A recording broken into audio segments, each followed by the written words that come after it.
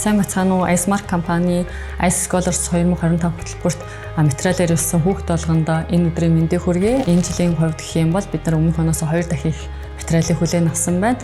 Энэ хөтөлбөрт маань хамрагдах хүүхдийн тоо маань нэлээдгүй их өссөн шалтгаан маань бас энэ хүү тэтгэлгийн цар хүрээ уламд хилээд тухайн хүүхдүүдэд бас бодит дэмжлэг болж чадж байгаа болов уу гэж харж байна.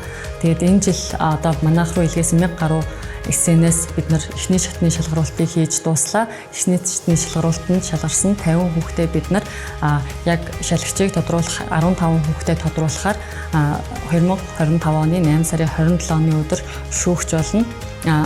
Менторуудтайгаа хамт хүлээж авахаар товлсон байна. Эдгээр өдрүүдэд бид нар шилдэг 15 хүүхдийг тодруулж гадаадд аялах эрхийн бичгийг хавтуулна болно.